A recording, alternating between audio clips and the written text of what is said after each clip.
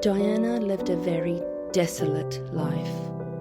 The teachers that knew her best described her as kind, caring, gentle, mature, and very observant. In her short life, she'd only ever craved one thing. Whilst she knew other girls her age bothered their parents for the newest toys, she craved love. Unconditional love. She wasn't even sure if there was such a thing, but this is what she desired most: pure and unconditional love. Diana made her way from the bedroom to the living space. She glanced over across the room. She had always hoped the couch before her eyes would somehow burst up into flames, and no one would have to think about that unsightly thing anymore. She had deemed that one piece of furniture not fit for human comfort nor human observation.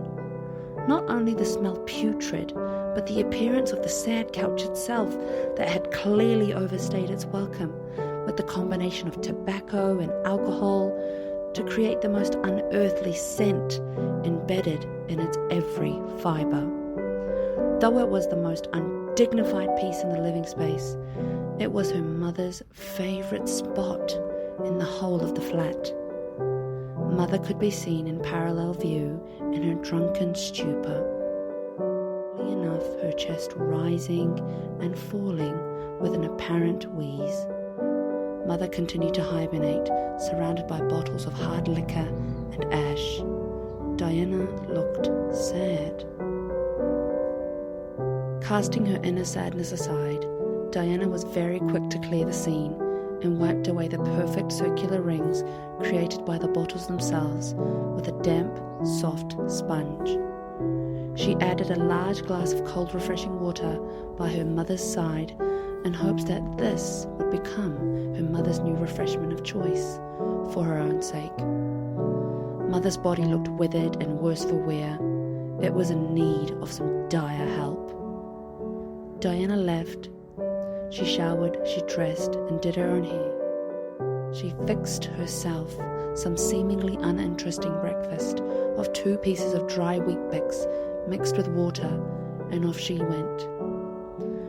Upon arrival, Diana could not help compare herself to the other 7-year-old girls in their clean and neatly pressed uniforms with tidy hair, some with French plaits and others with pigtails.